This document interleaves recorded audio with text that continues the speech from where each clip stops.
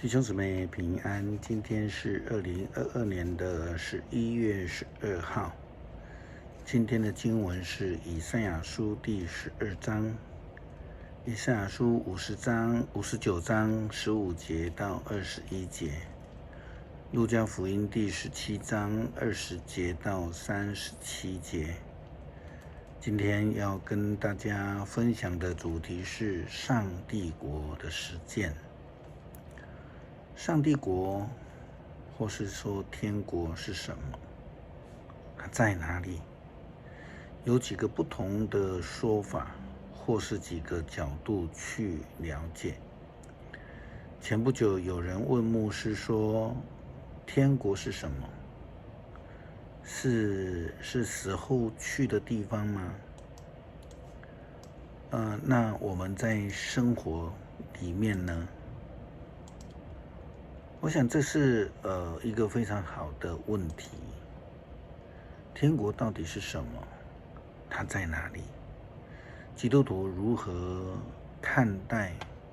如何面对？我们先从基督徒的终极盼望来看。前一阵子连续主持了2次的告别礼拜，也让牧师再一次的思想天国的意义。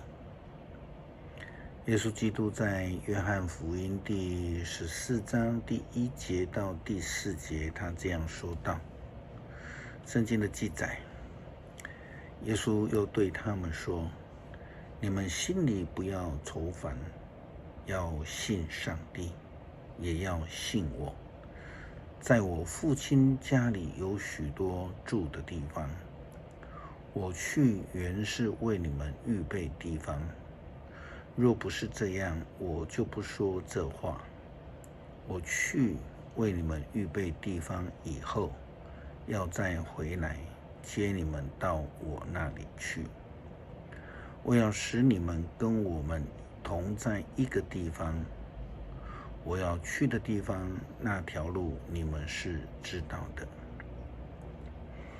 按照耶稣基督的教导，天国是一个将来的盼望，因为他去是为我们预备地方，然后又要再度的回来接我们。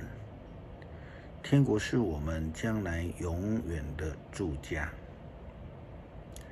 另外，耶稣基督的教导主导文是这样的教导我们的：愿你在世上掌权，愿你的旨意实现在地上，如同实现在天上。马太福音第6章第10节，他所教导我们这种概念是上帝国的临在。这个即时的上帝国的概念有一个非常重要的前提，这个前提就是基督徒要去实践上帝国的诫命。上帝国就在地上，如同在天上。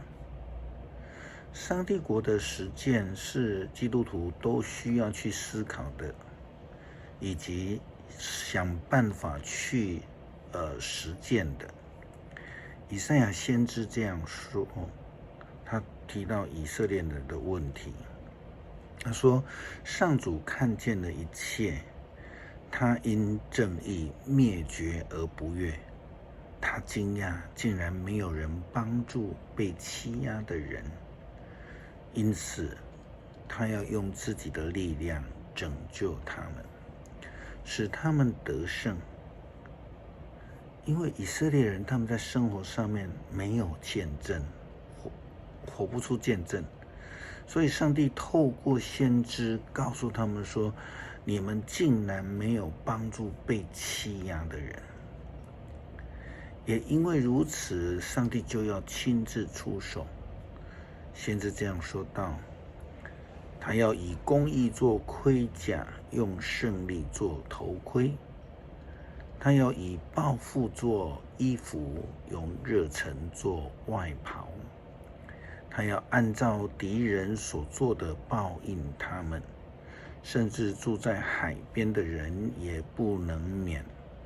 从东到西，人人都畏惧上主和他的大能。他要像洪水，像旋风一般来到。上帝要成为弱者的帮助，亲自成为他们公义的盔甲，并且用胜利作为他们的头盔。不但如此，上帝还告诫以色列人必须要服从他。不但要服从他，而且要教导子子孙孙都服从上帝。先知说，上主对他的子民说，我要来救赎耶路撒冷，拯救所有离弃罪恶的人。我亲自与你们立约，我把力量和训诲都赐给你们。从现在起，你们要服从我，也要教导你们的子孙世世代代都服从我。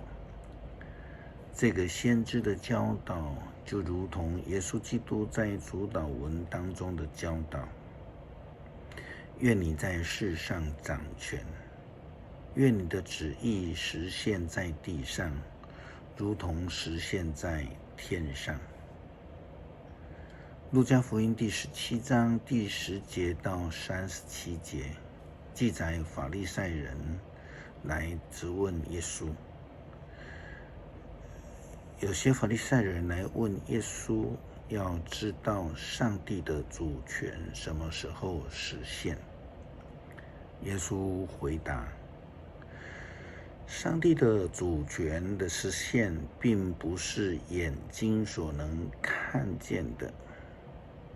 没有人能说看吧，他在这里，或说他在那里，因为上帝的主权是在你们心里。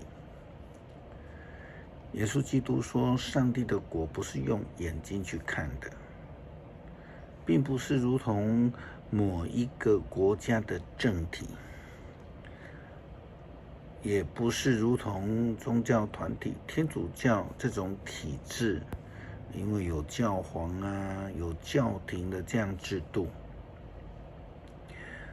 是不是眼睛可以看得到，可以说啊在这里，或是他在那里？否则的话，就很容易被一些假讯息啦、假先知啦所影响、所欺骗。上帝国的实践是基督徒应当去实践上帝的诫命，也因为我们实践上帝的诫命，让那一些在我们周边的人都可以感受得到，我们基督徒的生活就像是活在上帝家里的人一样。也如同我们今天多次的提到，耶稣基督所教导的主祷文，他说，愿你的国降临，愿你的旨意行在地上，如同行在天上。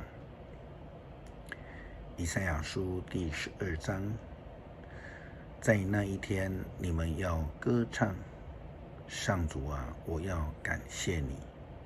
虽然你曾经对我发怒，但是你息了怒气，你安慰了我。瞧吧，上帝是我的救主，我要信赖他，我不惧怕。上主是我的力量，是我的诗歌，他拯救了我。正如清水使干渴的人欢心，上帝的子民也因他的拯救喜乐。在那一天，你们要歌唱，感谢上主，称颂他的名，要向万国宣告他的作为，要向万民传扬他的圣名，要向上主唱歌，因为他成就了大事，要让全世界听到这消息。住在锡安的人都要欢呼歌唱。以色列神圣的上帝多么伟大呀！他住在以色列人民当中。愿上帝的国降临，愿我们都遵行他的旨意，在地上如同在天上。让我们真正的活在上帝的国度里面，成为上帝家里的人。祷告奉主耶稣基督圣名，阿们。